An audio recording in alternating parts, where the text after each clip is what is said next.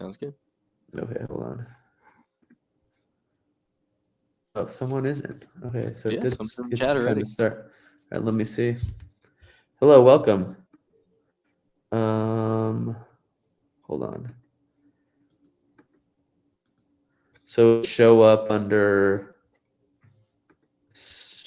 live. Okay.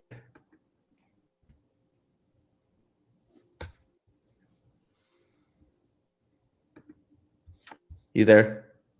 Yeah. Oh, I think I pressed public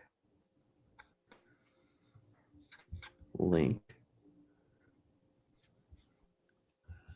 It's looking good on YouTube from what I can see. Okay. Let me mute that there. Yep. All right. So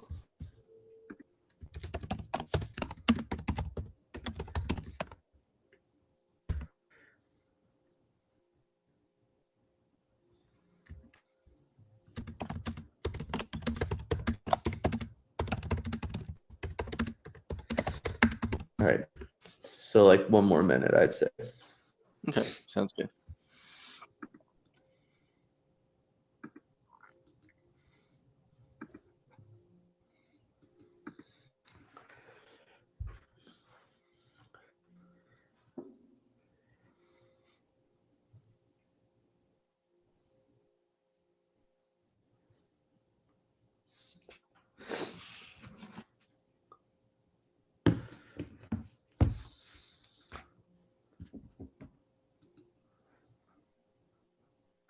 All right. So how's everybody doing? It is Retentive Guy or Hank back with another Power Rangers movie/TV show review. I know you guys have been used to watching the Sins videos, which I've been a bit behind in making those. So I apologize. Phil knows how much I've been behind at a lot of things, including the fact that I just only recently uploaded the Once and Always full review, all 5 parts. And he did remind me of that because at the very end of the review, I said, well, this will all be up soon. I kind of had my own idea about that. I was going to like take a bunch of the clips or take a bunch of the portions that I made and like overlay a bunch of like cool editing. But then it was one of those things where I was like, oh, I don't have enough time for this. So I kind of just like put it off. And then I finally uploaded those. But again, Phil is someone who I've known for around like 2010, 2009. And talks about sports, college, NFL, MLB, NBA, anything that has to do with sports, and loves, as you can see in the background, loves memorabilia and knows a lot about that area. But also, he is a Power Rangers fan as well, and has a lot of like memorabilia for that stuff too. And it's just been really interesting as someone who, I kind of bounce ideas off of, and he bounces ideas off of me about like what's happening in what universe and what's going on with the series. So, Phil, if you want to, I know I kind of gave a synopsis there, but if you want to do a little bit more explanation, including plugging yourself. Yeah, so first off, I will say it may have taken a whole year to get those 5 pieces out from the last thing we did, but it was worth the wait. And luckily, it took so long for you to do it that I forgot what we talked about. So it was like watching it for the first time. So that was enjoyable for me on my end, at least. But yeah, I kind of hit the nail on the head. Our friendship kind of started as sports fans. We're both Eagles fans too, as well. That's really what started it.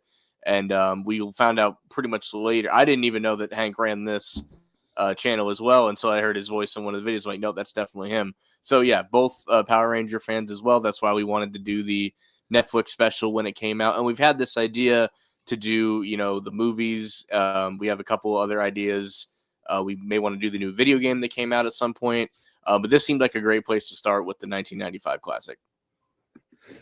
Yeah, and it's just one of those things in which I've we've had this idea, and we're gonna try to review all of the movies eventually on here, starting off from like chronological order. And Phil has been on me about like, hey, you got to get the video game, and we gotta start Vita's Rewind, and I've gotten like into level 3, and I've noticed that like this is not when we review this game, you'll hear about it. But this is not one of those games where you have any time to like scratch your nose without pausing.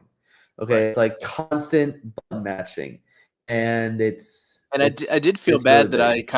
I kind of pushed like, hey, we got to get this game when it comes out, and we both got it on the Nintendo Switch, and the online functionality is not on the Switch yet, so we kind of hurried to get it for no reason. So that kind of Yeah, happened, but it should be yeah, in the next month or something, is what they said. Sometime in January, we should be able to do stuff with the video game. So at least we have it. We're ready to go. We're waiting on them. exactly. Yeah. Exactly. So if we can get into the review itself, I am going to be going ahead and asking a few questions, and Phil's gonna kind of give his input on like the answers to these questions in terms of like what he thinks about the movie. We've both gone ahead and watched the movie. Um, YouTube has just made it really easy. Yeah. Power Rangers movies on YouTube must be the only movies you can watch for free on YouTube because it is there. The 1995 one, and Phil showed me the 1997 Turbo, a Power Rangers movie, is also on YouTube. So, very appreciative of the dictators at YouTube not taking that material down, because it's been very useful. So, just to start off with, if you can, Phil, um, I you were what, 3 when this movie came out? You're Yeah, born in that was '92, right? Yeah, so that was gonna be my starting point. I obviously don't have memories of this in theaters like Uh, some others might. But if YouTube didn't have it, I do in fact still own it on DVD. I had it on VHS before a certain house flood that I had. So it's a movie that I've had for a long time. The first memory is definitely through Blockbuster. If Blockbuster was still around and there was a history of like what you've rented through the years, it was probably my number one rent, because I would rent it just any given weekend just to rewind. This is before streaming. This is before you had stuff to watch in the background. It was such a comfort movie before I really knew what that was for me as a kid. So I can't even tell you how many times I've watched this one. well, I guess what I'll say is, um, like, how did you? So, how old were you when you first saw the movie? If I had to guess, I'm maybe 7 or 8. If I had to guess, so probably right around 99, 2000 when I probably saw it for the first time. Maybe a little bit before that, but that was when I'd have memories of it. 99, 2000. Yeah, Okay. so right around there. Yeah. Okay, and like you obviously felt like it was a movie that you felt comfortable watching. Like it was just one of those things, like you were having a bad day, you pop that thing in. When you got it Yeah. from Blockbuster, it would be big. Okay. Yeah. Very much Um so. I saw the movie when it came. I did see the movie when it came out. And I believe it was the summer of '95 in which it came out. I could be wrong about that, but if I'm not mistaken, I think it came out in the summer of '95. And I just remember that the movie was like the whole entity was like getting big, right? Like the TV show was super popular, action figures, the toys, the videos, um, they had their own the Power Rangers had their own fan club. People were showing up in Hollywood or Universal Studios in droves and packing highways, and you could barely get into it. I remember that was the prelude to that. And then I remember in '95 they were coming out with the Power Rangers movie. And I was like, bro, I gotta see this. Like, this is like huge. Like, what's better than the TV show as like a 5-year-old kid than the movie? Like, they're gonna go big, and they're going to go above and beyond with this film, and they're just going to like shatter all records. I remember thinking that in my head. And I remember my mom took me to the movie, and I don't know what she got out of the movie, but like I remember thinking to myself, like, this movie is insane. Like, absolutely insane. Like, you know how like in the show the Power Rangers like did extreme sports, like they Yeah. did like biking and like rollerblading and like uh they did a triathlon or something like that. Like, oh, they also did like ATVing at the beginning of like one of the seasons. Well, Right. like take that and the beginning of the movie, they probably were like spitballing ideas. Like, what can the Rangers do that is so incredibly ridiculously exciting that nobody's going to expect it? Oh, start the movie out and they're skydiving. Yeah. They're literally Exactly. skydiving. Like, that was just so insane to me. And like their costumes were different, and like um Angel Grove as a city looked different, and their Zords looked different, their weapons were different, the command center was different.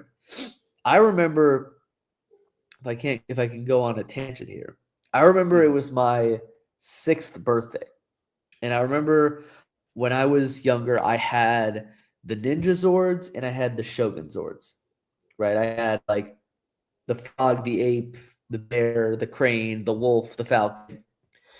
And I remember, and this is probably the most disappointing thing about this at the time. I remember I asked my grandparents, like, they were like, "What do you want for your birthday?" And I was like, "I want the Ninja Swords from the movie." Right. And they were like, "Okay, we'll try to find this." Well, they end it. Truth comes to truth. Power Rangers movie never actually came out with those CGI Zords from that movie. They went ahead and they bought me the Ninja Zords, and we had Yeah. to like send it back because I already owned it. Mm. The only way that you could get the Zords from the movie was like if you got them at a McDonald's. Like Interesting. McDonald's sold like all of the Zords, but you couldn't like reconstruct them into something bigger. They were just You know, like standalone they were just Zords. Yeah. standalone things with like the Ranger. The Mm. closest thing to toys you could get from this movie were like the Power Rangers, except they had super shiny outfits. Yeah. And I think you could get like Ivan Ooze and Goldar and Lord Zed, and that was it. At That was some it. point, it may not have been at the launch, but they made the beloved flipper head toys. They made them when they were in the ninja outfits. I remember I had the Tommy of that at some point. That may have came later on, but I remember that being a thing, for sure at the time. And you mentioned the Zord thing, and I don't want to get too out of order of any of the questions you want to do, but like that was very similar in Turbo too. The Zord in the movie was not the same as the Zord that they ended up using, once Turbo became like the series. So I remember owning the Zords for that and watching the movie on a second time and realizing like these are two totally different Zords, and it's not this. Everyone's kind of their Zord is the same spot on when it's completed, but they're different. Like I think I remember the most for that one was like the Mountain Blaster in Turbo, and then Mhm. in the show it's like a cop car, and that's the one that made me. Yeah. And then like the Red Ranger has like a Corvette essentially, and it's like a truck or something in No, no, no. series. I think they got the Red Ranger and the Blue Ranger got their own separate cars. Yeah, they did. Yep. Yeah, I think that was is that what you're referring to? Yep. Okay. Yeah. Yeah, they got their own cars, and I think they called them something different, but I remember like that's why like uh yeah, I don't necessarily remember specifically, but I do remember the Red Ranger and the Blue Ranger got their own cars, because I think in the car Ranger they also got their own cars.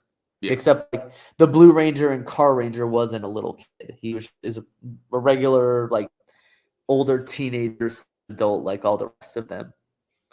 To bring up Um the Zords back in this one though, I will say, and this may be a little like because you mentioned how like you wanted them as a kid, and maybe it's looking at it through the modern lens, but I was very underwhelmed. Granted, this was all new kind of CGI before we even knew it was called that type of technology, the Zords individually in this one, the crane, the bear, the frog, the falcon, the toy of the falcon is actually still very like coveted by collectors and stuff. It's up there with, like the Dragon Zord and everything.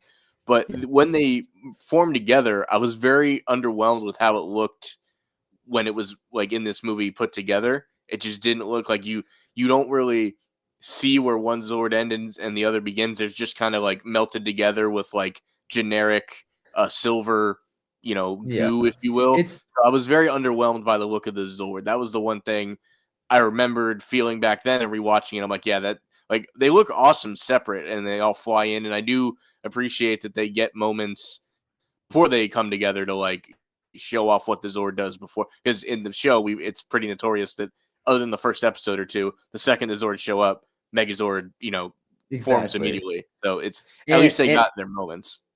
and I remember that in the movie they were like very metallic. Like Yes. that's the thing that came off to me, that they were like very metallic.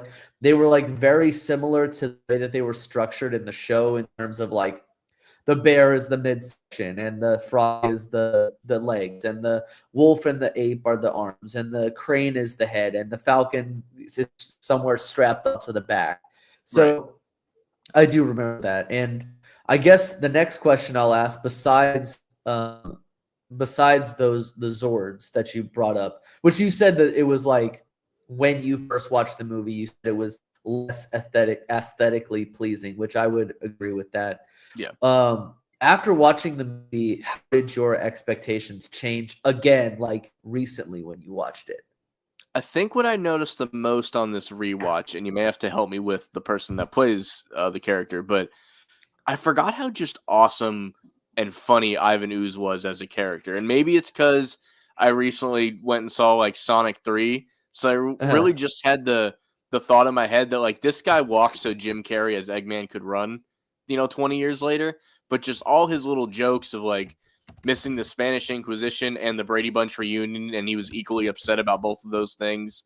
And just, he basically does like a genie Aladdin joke, like 10,000 years will give you a kick in the. I forget how he says it, but yeah, it's yeah. basically the same idea. He said like it's been 10,000 years. Yeah. He's like, Or he's like, I've had I think he a said it store was back since the Civil War or something. It's just yeah, like, yeah, he, not much has changed in 6,000 years or yeah, something. I think it was 6,000 years. yeah. So But I yeah, think what it yeah. comes down to is, growing up watching the show, like the the villains were only so interesting. They didn't keep your attention as a kid because all they were people for the Power Rangers to fight. But this guy, like, he was evil. He was trying to do evil things, but like you couldn't help but enjoy when he's on screen. Like this is a guy that's trying to brainwash all the kids and send all the parents to their, jumping off a And cliff. kill Essentially, all the parents. yeah. So like this guy didn't mess around, but like I don't know why I was most entertained by his moments on screen. And I said, I might have to. I don't remember the name of the actor off the top of my head, but yeah, I think that's on the rewatch. That's definitely what I noticed the most. Is like this guy is hilarious, and he is just crushing it in this role. Ivan Ooze makes this movie. Yes. Just just I feel like the movie would be 10 times worse, like today watching it, if it wasn't for Ivan Ooze. Like much like you said with Jim Carrey as Dr. Robotnik. Dr. Robotnik steals the show, Yes. right? Like We don't have three movies if it's all not Jim Carrey as him. no.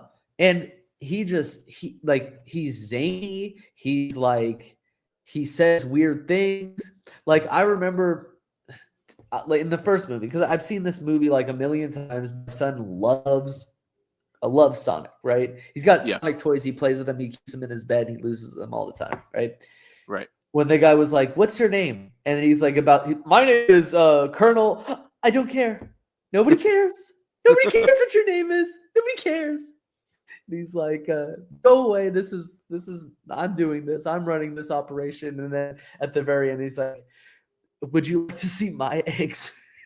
And he's like, just like all of the robots. It's just like that. Like you said with the command center scene where he's like, I don't even know how he was like trapped in an egg, and he knows about the Spanish Inquisition, all the bad things that have happened on Earth, like Yeah.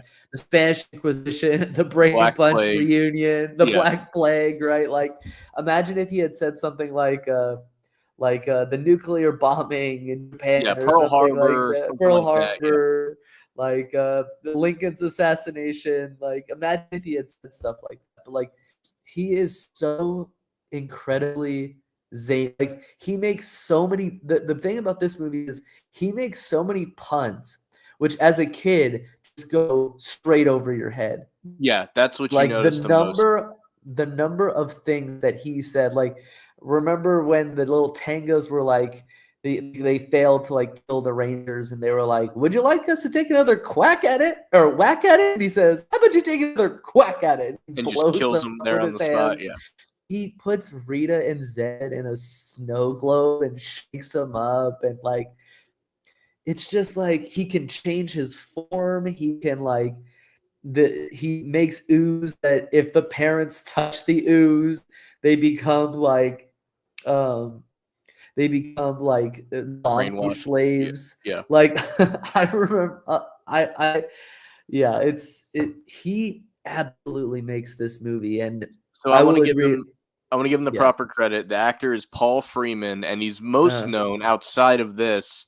He's the evil archaeologist in Raiders of the Lost Ark, the Indiana Jones okay. movie. So Makes that's what sense. he's really known for. Obviously, you Makes can't tell sense. what the guy is in that outfit or whatever, in the makeup and everything. But yeah, Paul Freeman absolutely makes this movie. It Apparently like it's we would have enjoyed it as kids, but I don't think going back watching it, we'd be like, it was just because we loved Power Rangers. But no, he makes the movie 1,000%. apparently it took like 10 hours to put all of his makeup on. Yeah, I'm Like sure 10 it's hours. yeah. That doesn't surprise me at all. You always hear stories about that. I always wonder if like because it takes so long, like let's do all the Ivan Ooze shots like in one day or in 2 days or in like an Yeah. 18-hour stretch because we don't want to have to put this on again because it may not look exactly the same when you try and do it a second time. So it's possible that they just like run through all his. Because what's very interesting, and this is something I didn't notice until the modern day rewatch, is he never really comes face to face with the Rangers until he merges with one of his ectoskeletons. He sends his like what I call his Cell Juniors, basically versions of Yeah. himself, and they fight at Yeah. the construction site, which is very iconic scene. And then he sends the Crow people, and then he never really deals with them. So like I can't imagine he could have moved really well and all the stuff he had going on. Although when he's like walking through the construction site and doing shit, like he's got enough mobility, but like he couldn't have like fought. He would have just been able to like shoot lightning out of their hands or something. So that's probably has He something to do with it. he which is really weird because a lot of the monsters that the Rangers fought, they didn't seem very like mobile. Yeah. You know what I'm saying? Like, but they would still like be a threat to the Rangers. I think Ivan Ooze knew that he had so much power, like kill the Rangers in like 1 second and stop their hearts from beating by like shocking them with his electricity. But I think he's one of those guys. It's really weird because he's like a down to business sort of guy, but also he like did all these things to plan ahead. Like, he made a distraction so that he could go to the command center and hurt Zordon. And Yeah. then he sent Tangas after the Rangers to try to kill them. Um, and then he merged with his little ectomorphicon, and then really the Comets saved the day because, like, if it wasn't for like a little knee to the groin area, Ivan Ooze probably destroys the Megazord and probably the Rangers as well. Yeah, he's very a formidable foe where most aren't where they're like the dumb, easily manipulated, creatures. Even like Zed and Rita, very rarely do they get like a leg up on the Rangers through the whole. Eventually, eventually it works out. They destroy the power coins and everything. That's after like several defeats prior to that. So yeah, he's a very formidable. Like you feel the danger because he doesn't really miss through the whole thing. Everything he's trying to do works out perfectly. He Yeah. gets he can't get adults to get just take the ooze. So if he gives them to the kids, the parents are going to check out what their kids brought home, and that's going to brainwash them. Like He was smart. He was cunning. Granted, he had like a millennia to plan this, so at least he Yeah. used the time wisely. So for sure. In his little egg that was buried in a construction site. Yeah. I would say that the legacy, the expectations changed with my current watching. I noticed how many, I guess you could say, how many one-liners the Rangers have in the movie. Yeah. Just like there isn't a lot of dialogue for the Rangers, but there is a lot of like, welcome to Jurassic Park and Ride Cowboy and Yeah. Have a nice trip. See you next fall. see you All next that fall. stuff. And Yeah. and then you ooze, you lose, and you want Welcome to to my know. nightmare when You're he's, welcome to my nightmare, and you want to know what I it's Billy makes a line to like Rocky or Adam where he's like, you want to know what's tough about not being able to morph? It's like we used to have it, but now we don't, or something like that. yeah. He's like, you Whereas don't know how much you'd miss it till it's gone or something until like it's that. gone, right? Yeah. Yeah, because they used to be able to do it whenever they wanted, but now they can't. I feel I like got a those. small. Speaking of that, though, when Ooze goes to the power command center and destroys everything, Zordon's on his deathbed. They lose their powers, right? They can't morph. They can't transport themselves either. But then the next scene, they're at the command center. And correct me if I'm wrong on this, but like the command center is out in some distant like desert. It's not like just outside of town. So how did they Yeah, get there? You know what I they mean? think they walk there. Yeah, apparently. But like I didn't think they were Yeah. that close to it.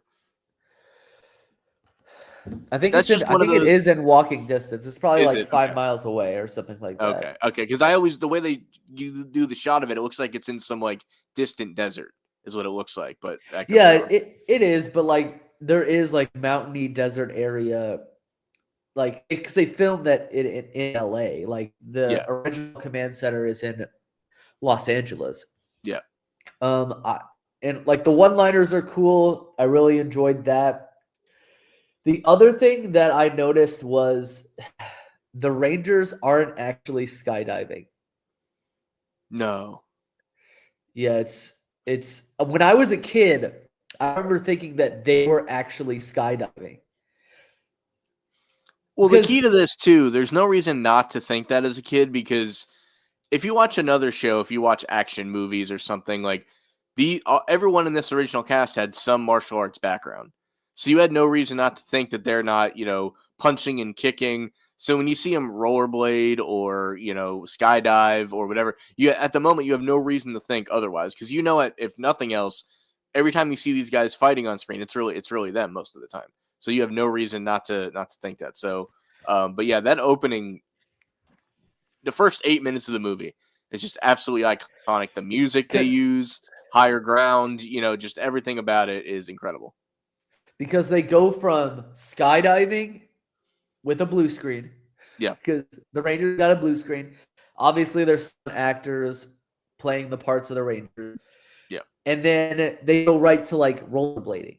yeah, So it's like that's why the cold open for this thing is so crazy because you're like, they can't top that. And now they're doing flips and they're going staircase on rollerblades. And you're like, I didn't know the Rangers could do that.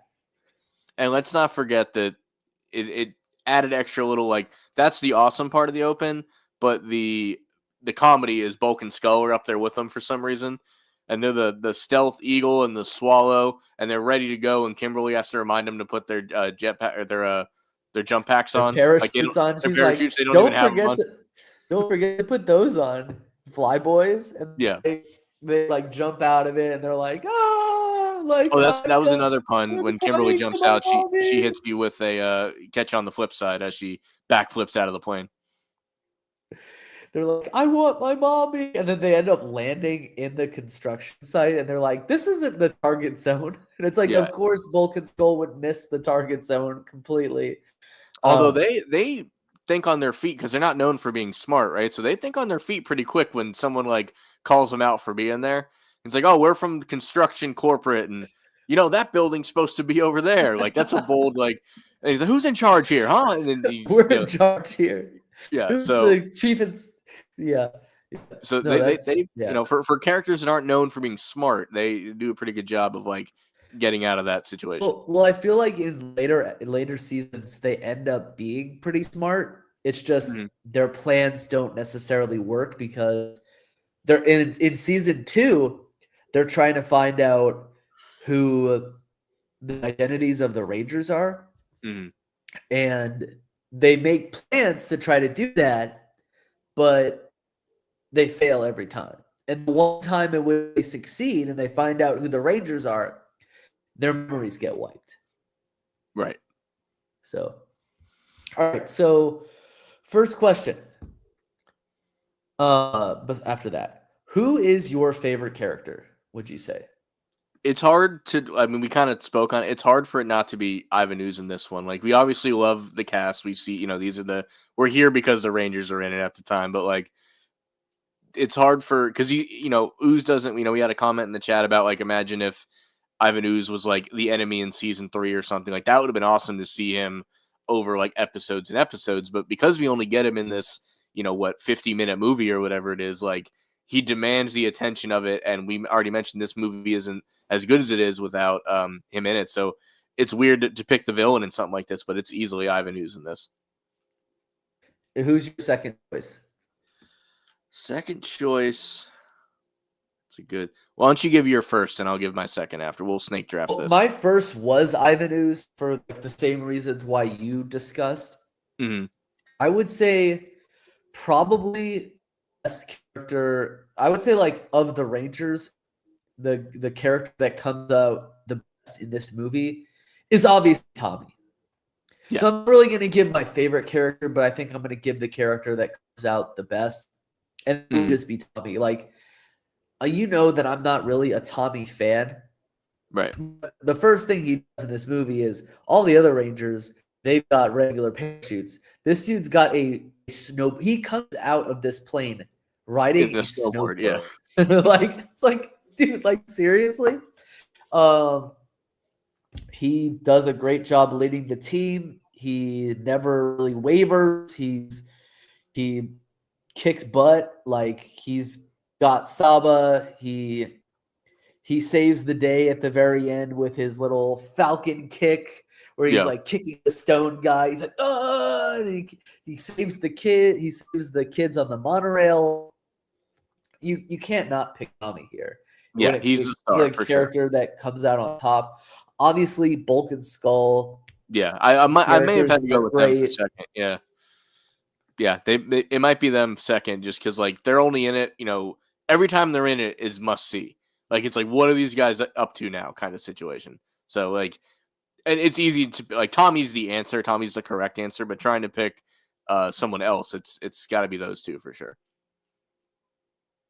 Yeah, I mean it's one of those. It's really weird though because the ooze only affects the parents, but like,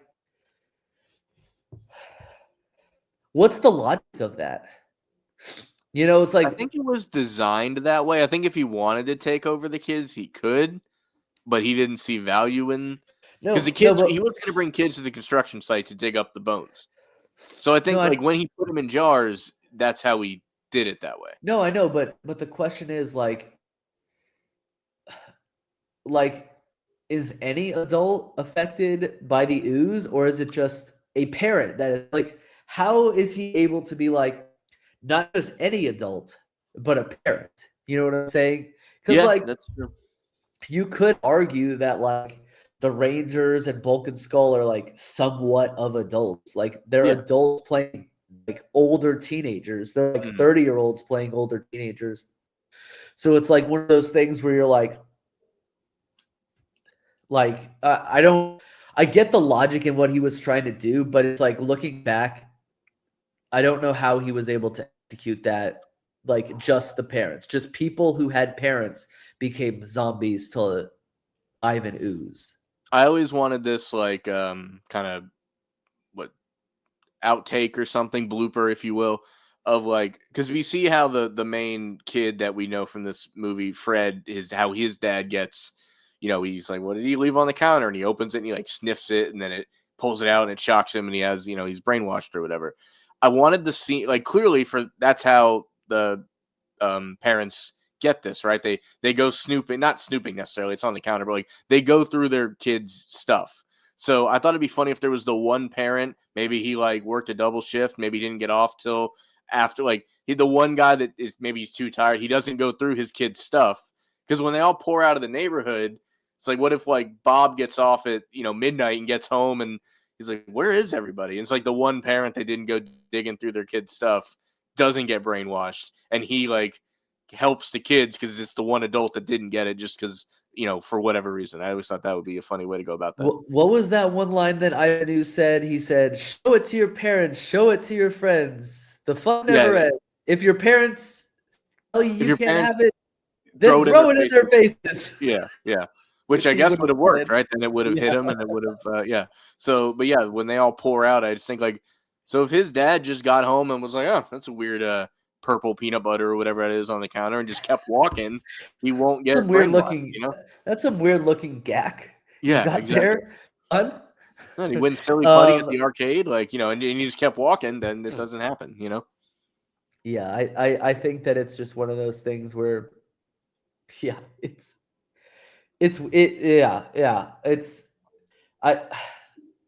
I guess the one thing that the movie might have missed out on is like, what if like what was it? Fred's dad.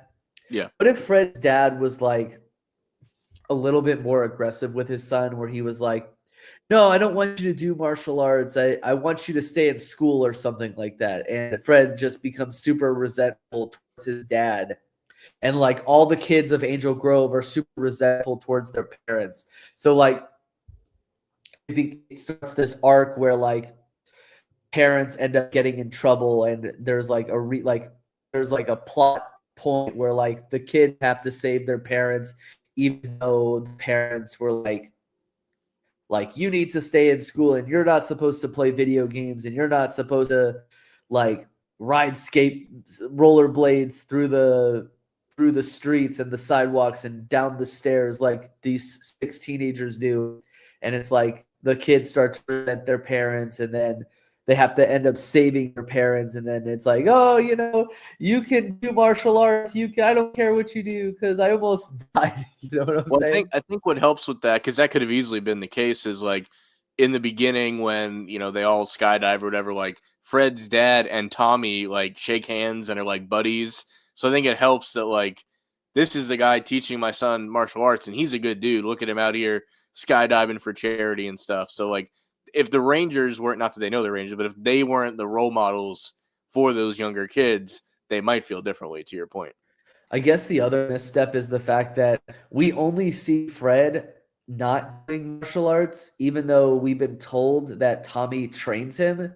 Yeah. It would have been cool to have like seen like Fred like fight a Tenga or something like that. Yeah. Or like or one of the Cell Juniors come out and he gives him a kick and knocks him off the, like just proves that he has in fact been taught something. Like much like a Turbo movie where the former Rangers turn bad and they have to fight the former Rangers. Like what if Tommy had like momentarily turned bad and Fred had to like fight him or something? Right. Which this will bridge to the Turbo movie, but like at the end of this one, he mentions, or they're messing with like, hey, you really stepped up and maybe you're gonna be a Ranger someday. And he's like, oh, Fred, Calvin, the Silver Ranger? No, Fred Calvin, the Gold Ranger. And then in the next generation, there is a younger kid. Why was that? Like, you could use that same actor if you wanted that played Justin, but like, why not make him Fred? Why not carry that continuity over of like, this is the next generation Ranger kid? What's very interesting is that in the season before Turbo in Japan, it was a season called O Ranger. And in this season, the 6th Ranger was a kid. And he called himself King Ranger. And it's very interesting because there isn't a kid in the next season, but there was a kid in this season. They could have easily used it. I think the reason why they didn't was this movie was filmed in Sydney, Australia. and Fred was Australian. Right. Not like that's a real excuse, but maybe they just couldn't get him, you know? Yeah, it's possible. Like a lot Phil and I talked about this. A lot of these characters are from Australia. Yeah, I assume the kid, the dad, the parents, the kids at the ooze party. Like I assume a lot because they're already filming there. So basically, all the quote unquote extras. I'm assuming a bulk of them are, no pun intended, but a bulk of them are Australian. Yeah, I would venture to say that. Now that we've gone through our favorite characters, let's talk about our least favorite character in this movie. How about you do this? How about give me a least favorite non-ranger and then give Mhm. me a least favorite or ranger in this movie? All right, so the least favorite non-ranger is the crow type villains because their voice. The Yeah, tangas. the voices annoy me, and whereas the other, they're the only thing that seems like TV quality in this movie, where everything else got the movie budget. Even I'm sure they have a name, but even like the Ooze Cell Juniors look a little more upscale that they fight. Like, but when they show up, I feel like I'm watching an episode of the TV show again. Like it's like you're like if you're watching this stream in 1080 and then like a 10-minute chunk of it's in 720. It's not bad, but it's like you see the dip in quality. So that's my non Rangers, I would say. Okay. I mean that makes a lot of sense. What about ranger? So I What do wanted to say Adam just because he doesn't get to do anything. And I never noticed this until this rewatch when they're given their new powers, and he's like, Kimberly, you're the crane, you're this, and Billy, you're the wolf. You have the you're swift and precise, and she's giving all these like proper adjectives and to for all of them, right? And Adam's bummed out that he's the frog, and I'm like, oh, clearly she gives him like what the frog we never find out what the frog represents. She goes, "Oh, you kiss a frog to get a handsome prince and kiss him on the forehead," and he blushes, which that part's fine. But then she just moves on. She never says like, "Oh, the frog represents quick reflexes or whatever it's supposed to be." You never find out. So like, even in that moment, he's kind of passed over. So like, it's not that I've always liked Adam in the show. He's no Zach. I think most people would agree. But like, I like Adam for everything that he has done in the show. But in this, uh, he's just like, if he wasn't there, other than that one little funny scene, it's the exact same yeah. movie. You wouldn't notice. It's actually kind of like I've heard it's a running gag in Power Rangers.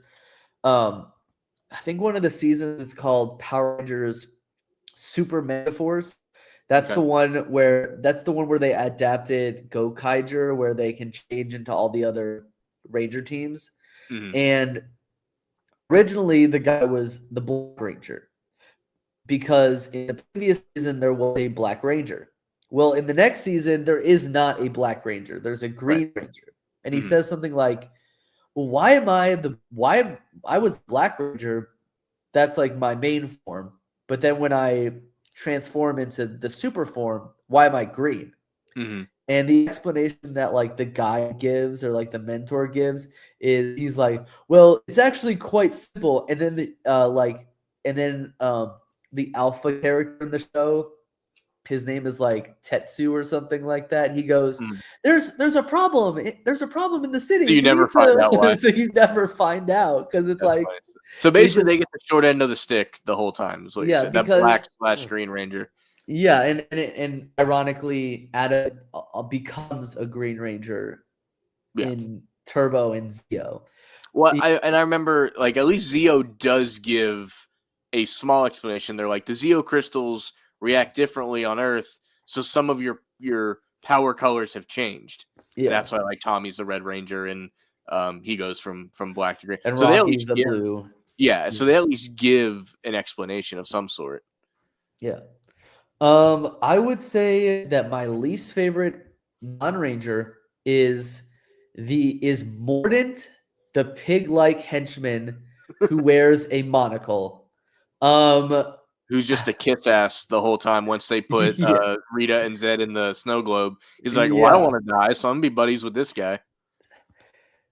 Goldar is a huge disappointment because he doesn't do anything, but at least you know who Goldar is, and at least Goldar's also kind of like a groveling character.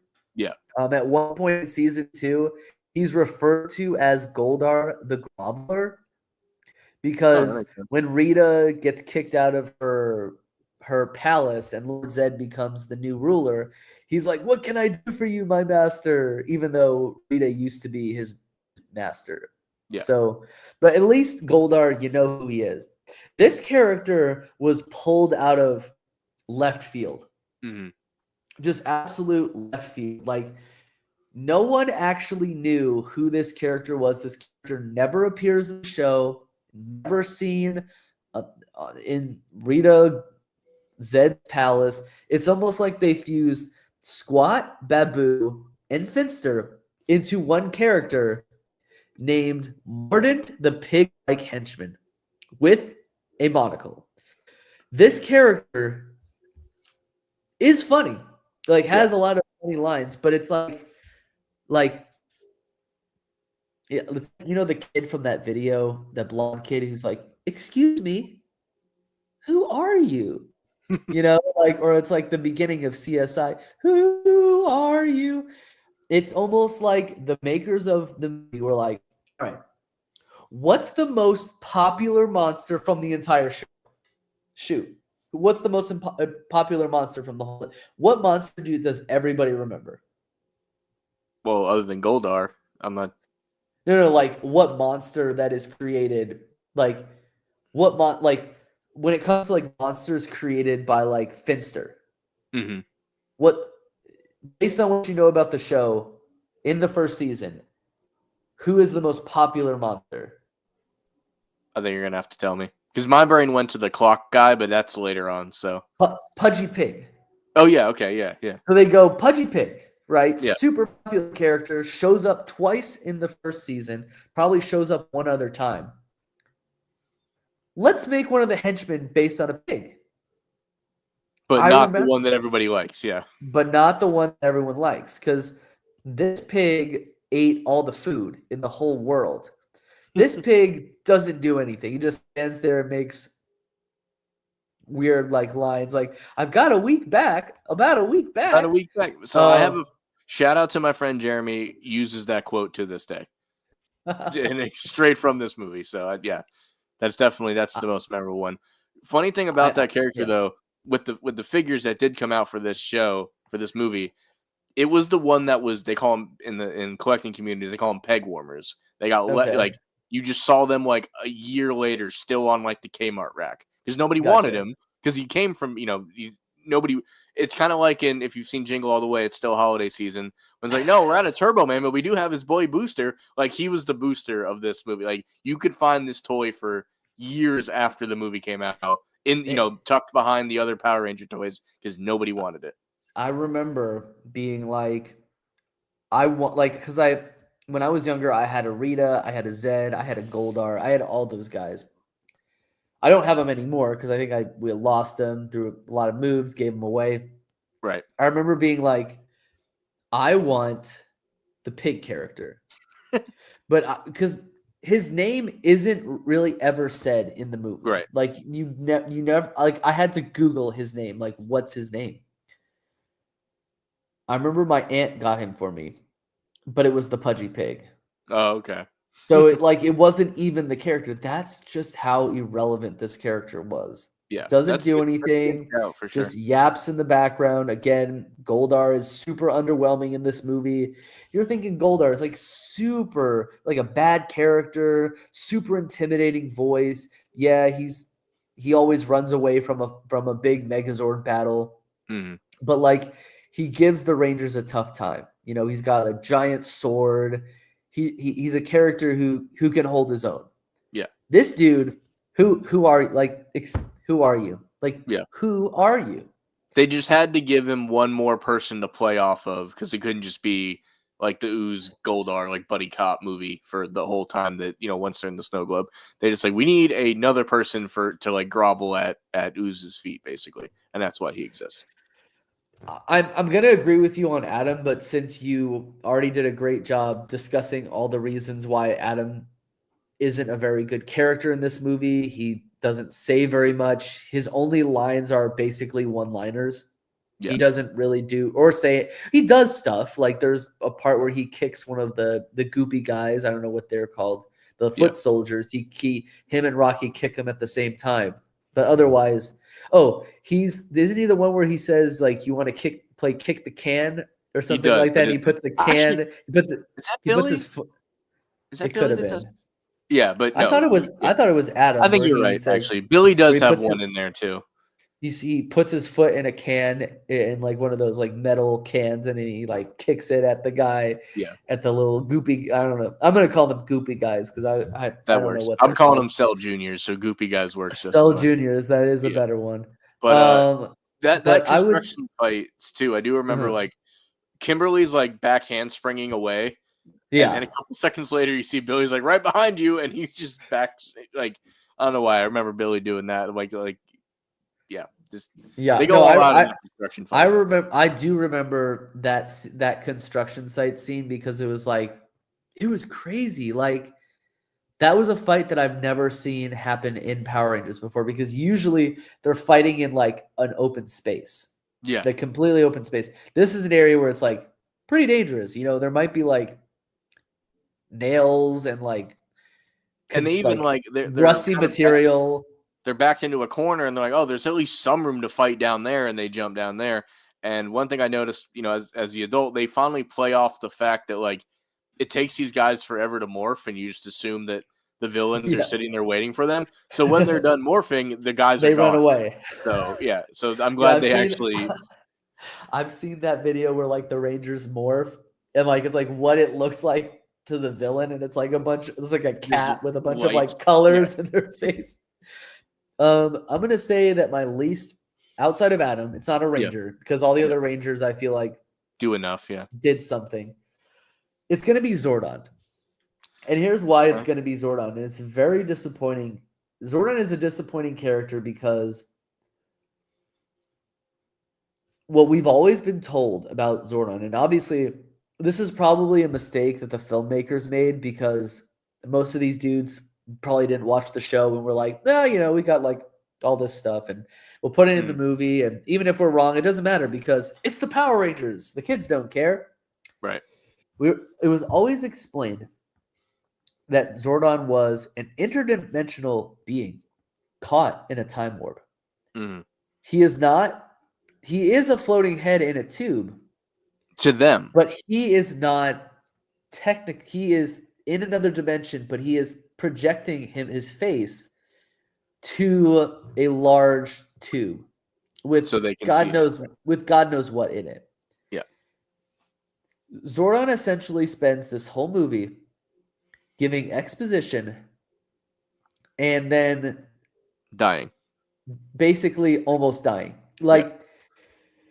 Because there have been multiple times, like what was it, the Green Ranger miniseries, right? Yeah. They cut off he cuts off what's the connection to Zordon? Yeah, that's what I was gonna say. The worst that should happen is they just can't get to Zordon. He's not dead in the tube. Yeah, you break the tube and like he just disappears, right? Yeah, exactly. That's happened multiple times. Which if this movie was canon, which it's not. Nope. Why didn't the Green Ranger just do that? Yeah. Like why didn't he just like throw his little sword at the tube and he's like, haha, I've killed Zordon, suckers. Yeah. Or he's stuck in another dimension and can't help them now. It was very underwhelming that it's like he's literally a gray guy, a like white pasty dude wearing like a large cloak. Yeah, it's like like what astronauts have or whatever when they it's the weird. But I will say this, when you're a kid and you see that, it's up there with like when the Green Ranger destroys the Megazord from within. You're like, holy cow, how is like he's in like crystals for some reason. Like it's weird when you see it as a kid. But yeah, I agree. He doesn't do a whole lot. I'm trying to think of the like it's I guess it's kind of like, if I can make an analogy, it's like you go to your friend's house and your friend is like Chinese and Japanese, and you just assume that they eat Chinese food and Japanese food. It's like this guy is outside of the tube, and you just assume he's a bald dude. Yeah. It's just you make that assumption that he's just a bald guy in a large cloak. Yeah. Like that just to me now, I'm like, you didn't watch the show. Right. You did not watch the show. I do want to do a quick monologue or whatever, if you will, about Dulcia from the the other planet that they go to, because we were talking about this earlier. I don't know that this changes the movie really at all, because at the time she's not relevant. She's very relevant in TV now, but the original casting for her was Mariska Haggerty, which is from SVU Special Victims Unit, which is the longest running both TV show, thus making her the longest running television character in our country. So prior to all that, I think it's the longest cop drama, because do you know Days of Our Lives? yeah. That's been going on since like the 50s. But eventually, she's been on it since the beginning, so it's kept so Okay, people I rotate gotcha. in on shows like that. So she's she's like the Simpsons of TV characters by herself. Gotcha. So, and the story goes that she was there. There's shots of her. You can look them up. That she's in the same outfit. There's a shot of her talking to Rocky. There's one of her like giving them the power coins. And she shot a lot of the movie. And around December, she assumed she could go home for Christmas and then resume when Christmas was over. And when she called to like, hey, book my flight back to Australia, they're like, no, we're good. We don't need you.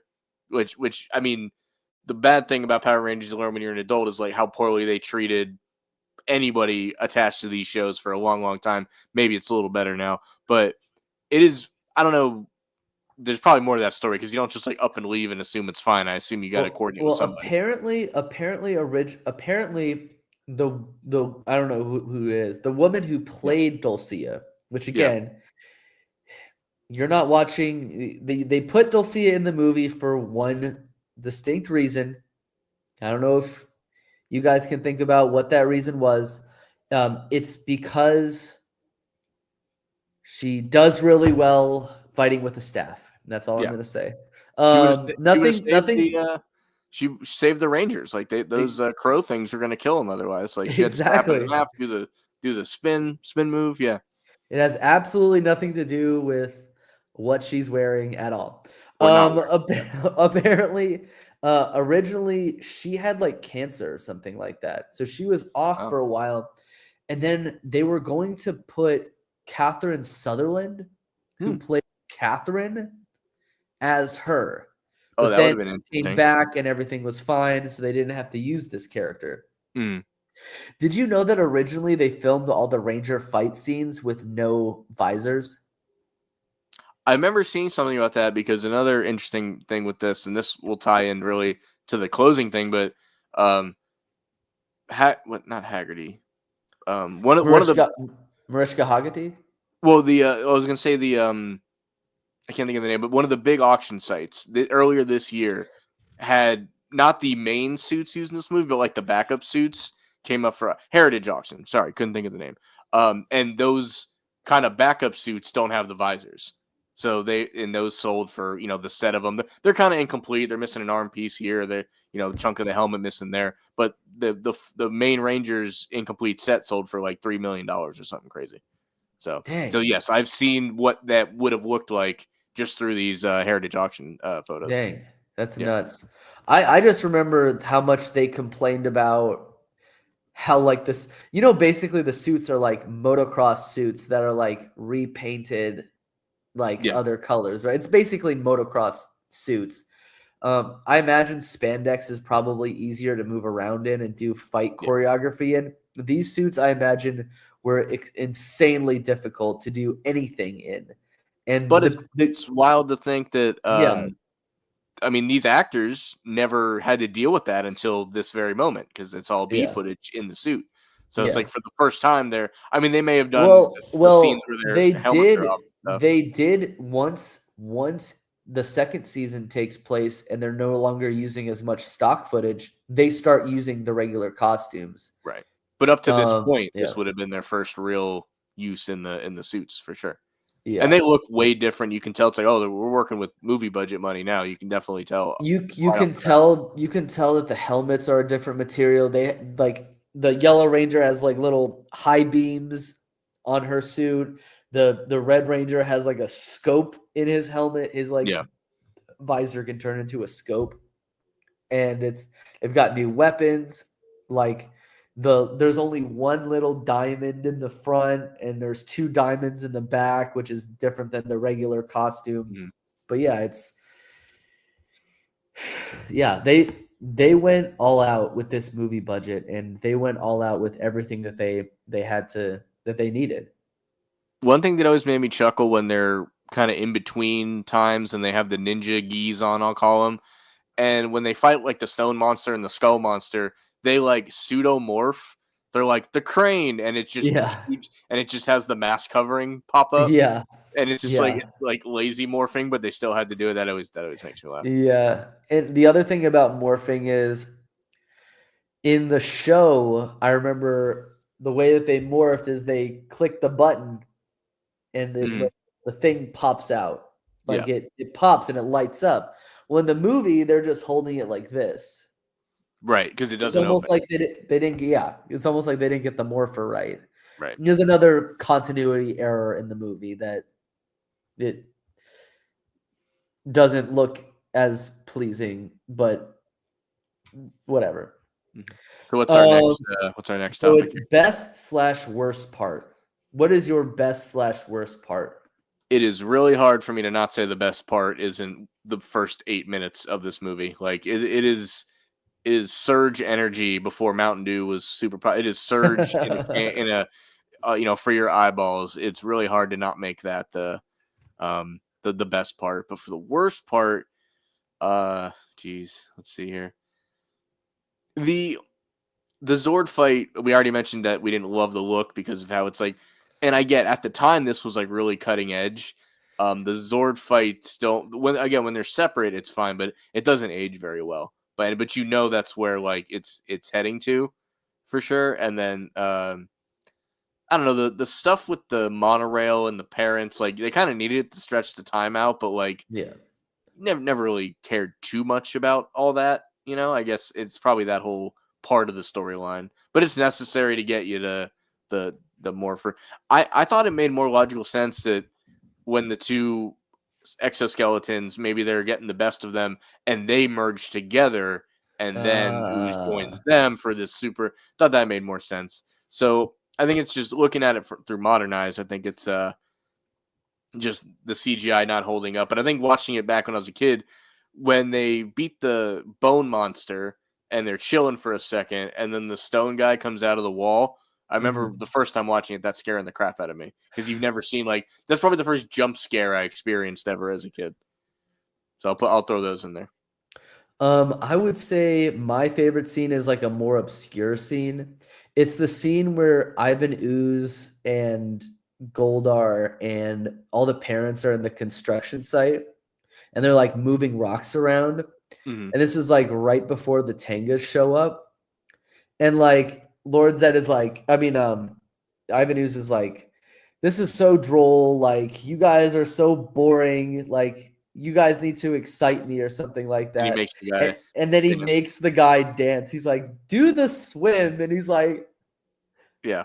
And he's like dancing for him because like Ivan Ooze is like manipulating his mind so that he could dance for him. And he's Hmm. just like exciting him. He's like getting all excited that this poor guy is like just dancing in front of him. Like it's just like it you are so insanely like that's just a whole nother level. Like I'm gonna embarrass this dude Yeah. for my And he own doesn't even know it. amusement.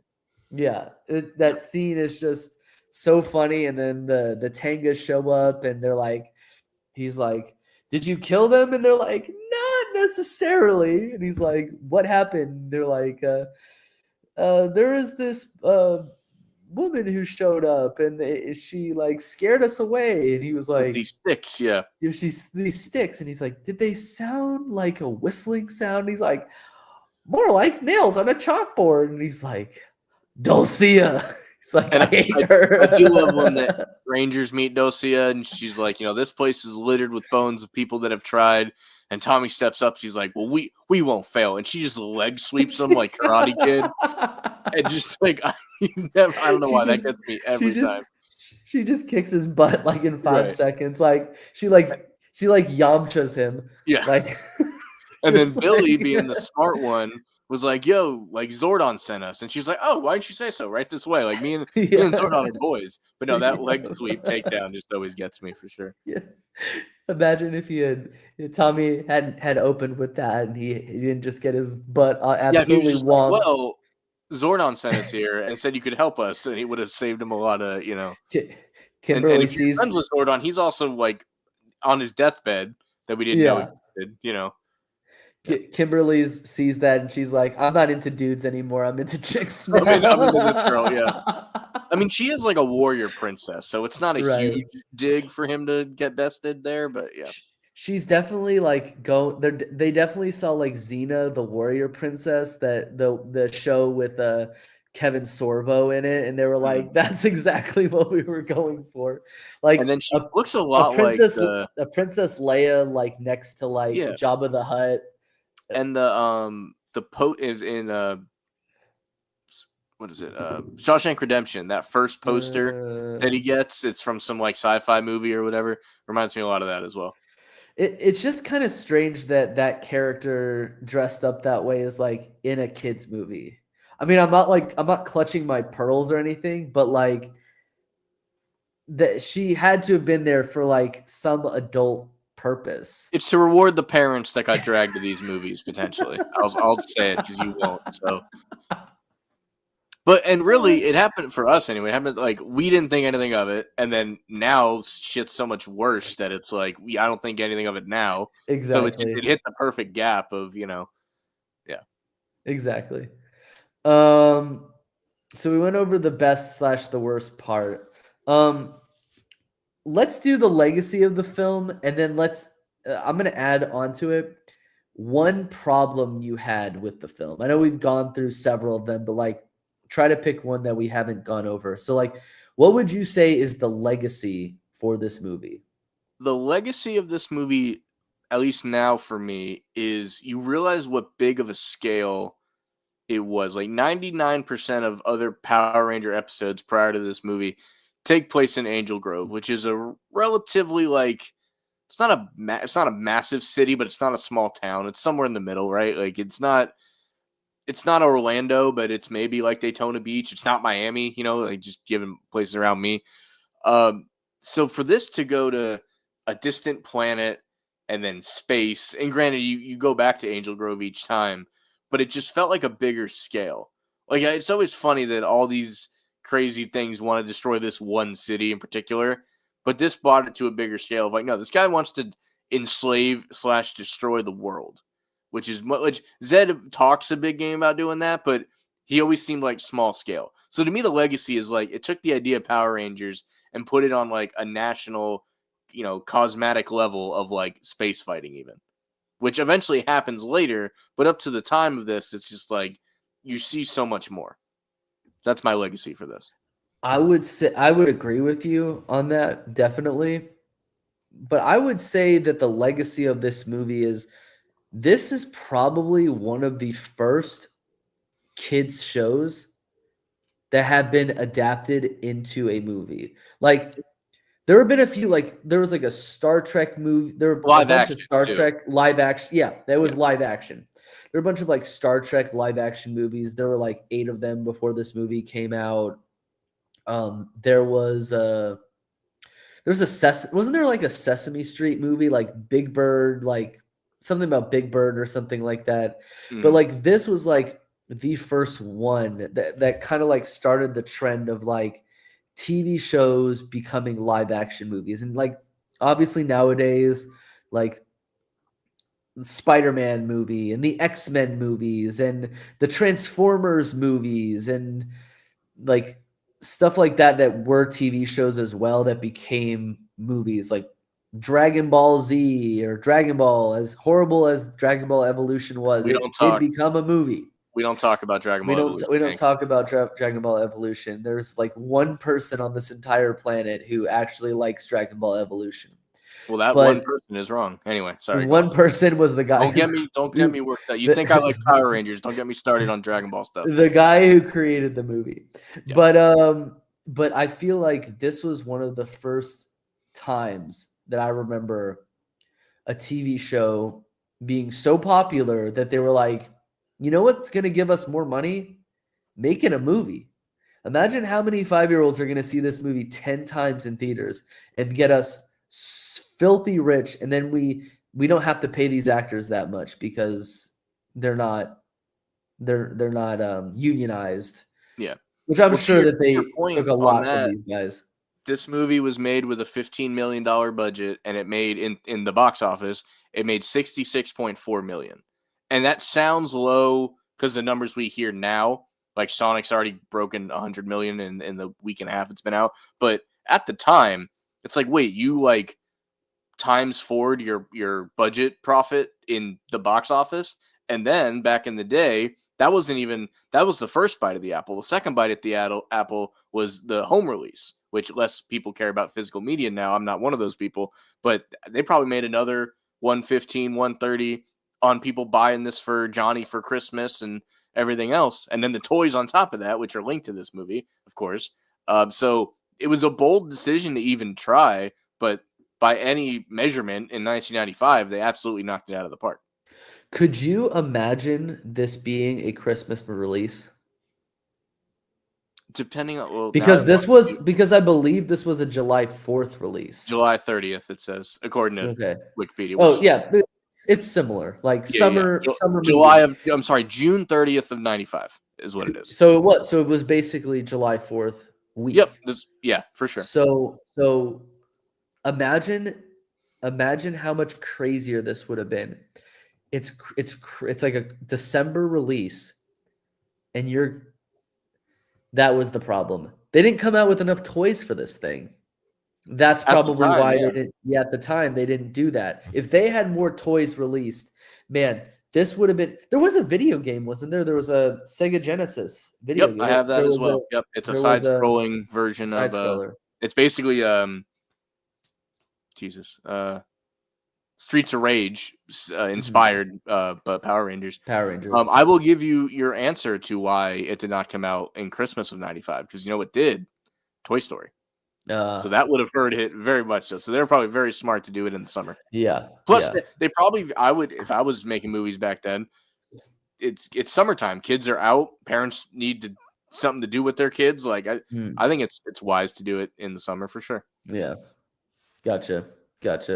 And then what was you had after we did Legacy? I would say problems. Like give like one main problem you have with this movie. So I never thought of this until this rewatch, and now I have a huge problem with kind of the way this movie ends. I mentioned the Fred, wanting to be a ranger, and it's funny because he says Gold Ranger, and then in Zeo there is a Gold Ranger, which is the Kid Ranger from the original series that you were alluding to. But they're all hanging out and listening to watching the fireworks, and there's great music playing, and they're congratulating Fred on helping save everybody. And at no point does Fred turn and go, I don't know if we curse on here, where the F were you guys during all this? I know. Because it's that paradox of like in Christmas movies, parents don't believe in Santa, but then Christmas comes and Santa does exist and brought them all the presents. Yeah. Where they're like, oh, it's my yearly blackout where I forgot that I bought all that stuff, So at no point was he like, because obviously they're not parents, they didn't get brainwashed. Fred saw everyone because he's like fighting them back with a fire hose, So at some point, you'd be like, the city is under attack by a giant monster that nobody thinks they're the Power Rangers when it's, blatantly obvious. That's just inherently wrong with the show. That's not with this movie. But at no point was he like, where were you guys when we were, like one of you even show up somewhere?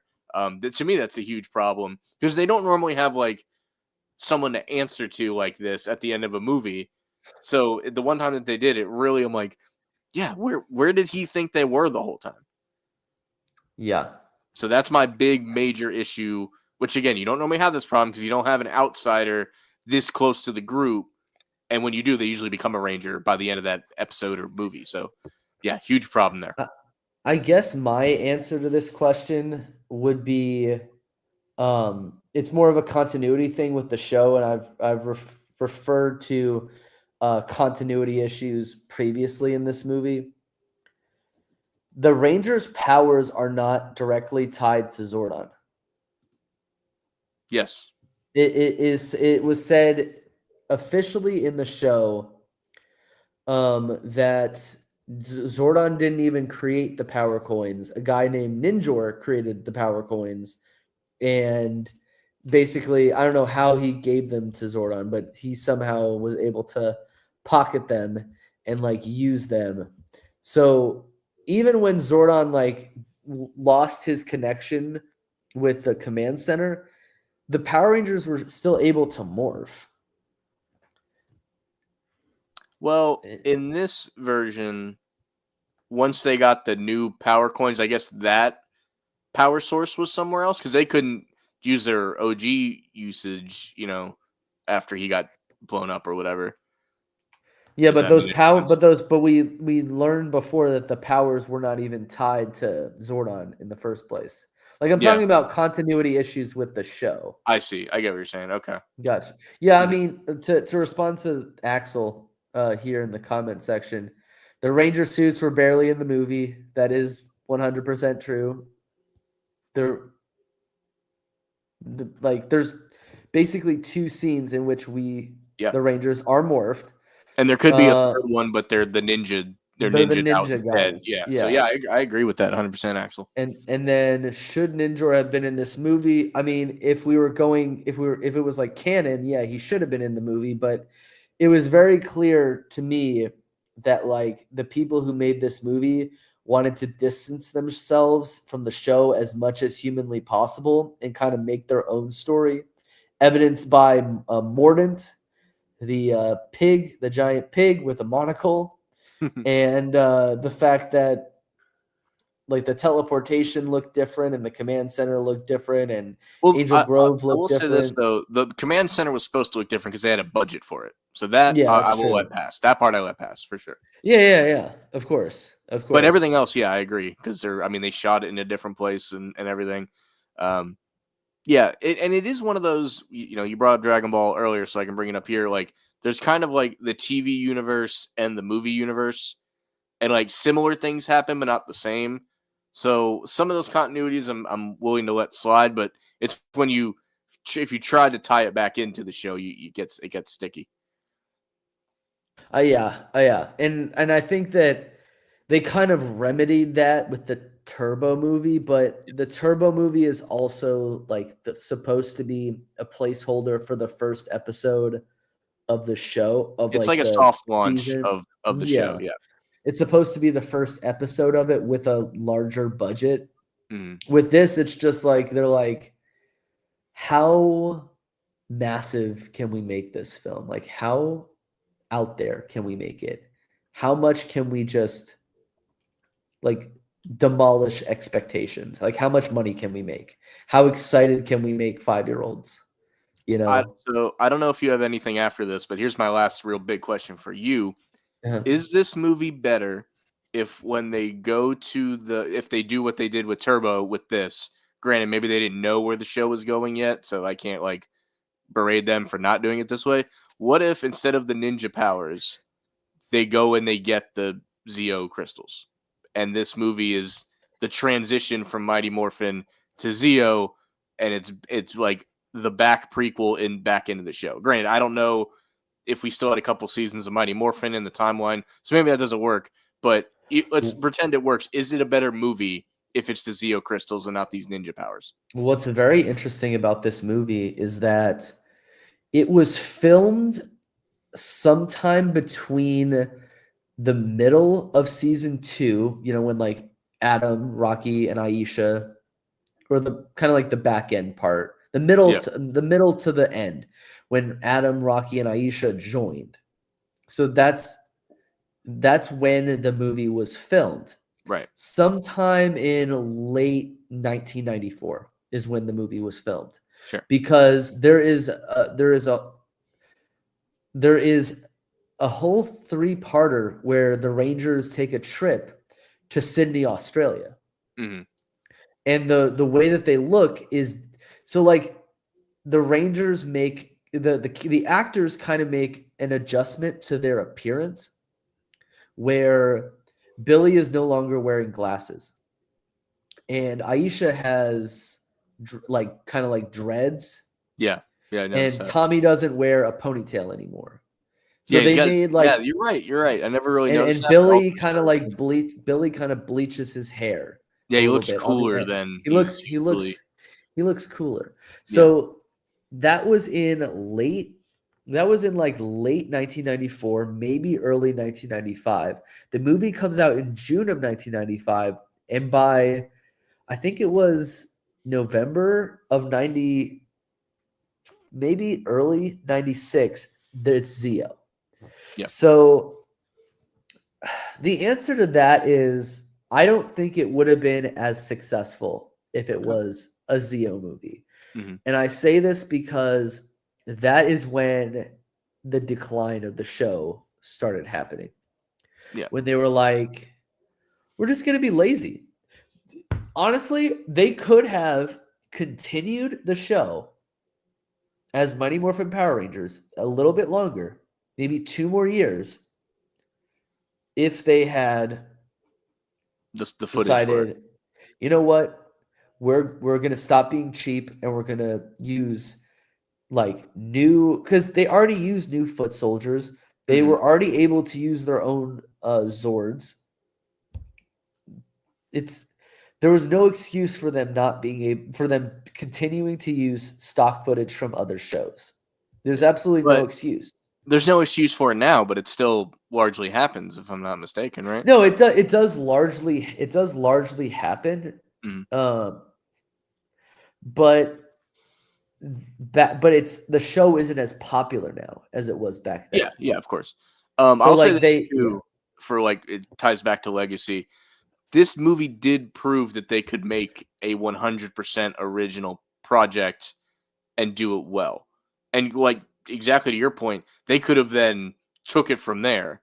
They decided to stay lazy, and I am always fast. Like I'm a film major. I work in production. Like I to this day am fascinated that a show can get made the way Power Rangers gets made.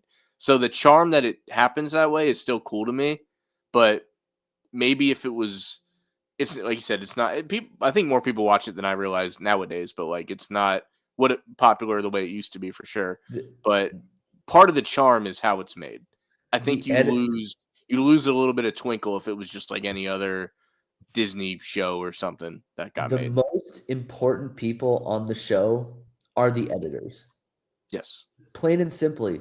Like imagine how much footage these people have to watch, and they're like, I need to tie this into this. And like basically season 1 of Mighty Morphin Power Rangers is just spliced footage. Yeah. That's all it is. Like there's footage from different episodes in this episode. Like they ended up going back to Japan in order to film whatever her name, the person who plays Rita, Mm, a magic wand, make my Goldar grow.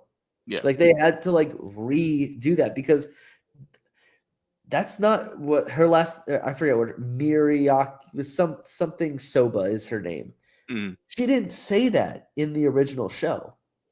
right. She didn't say that.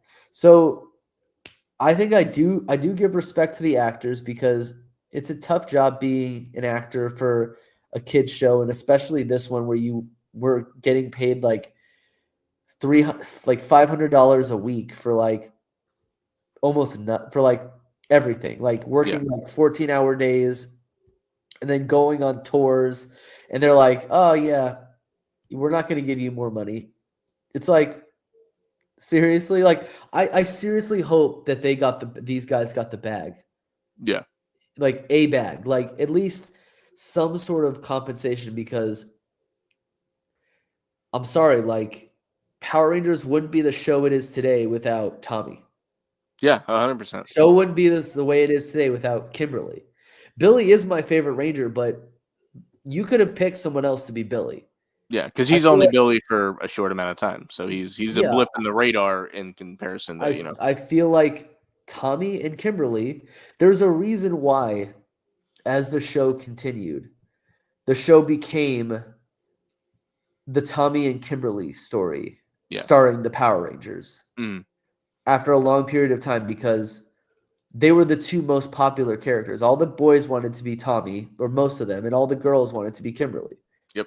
The girls didn't want to be Aisha unless you identified with Yeah, Aisha. no, there's probably same with But Adam like at a time, but most of the girls wanted to be the Pink Ranger. yeah, You very know, much. my wife when she was a Power Ranger for Halloween, she made her sister be the Red Ranger so she could be the Pink Ranger. That's So awesome. it's like, yeah, I mean, it's just one of those things where I think that the plot of the movie could have been filled out a little bit more. Mm, They ran like really loose with the source material, but that could have just been by design because they just thought the kids didn't care. And all they cared about was buying merchandise and buying movie tickets. yeah, and to be fair, they're correct, but also if that's how you feel, like, and Axel brought it up already, like this movie needed more Power Rangers than it had. And like Axel also just brought up like he didn't care for the ninja suits. I agree. Like they're not offensive to me, but like they needed something to be wearing as they trot through that forest I chunk of the I movie. felt like I felt like they tried as hard as they could to be like the show because those suits do appear in the show. Yes. But they missed the mark because the continuity is really, really bad. Yeah.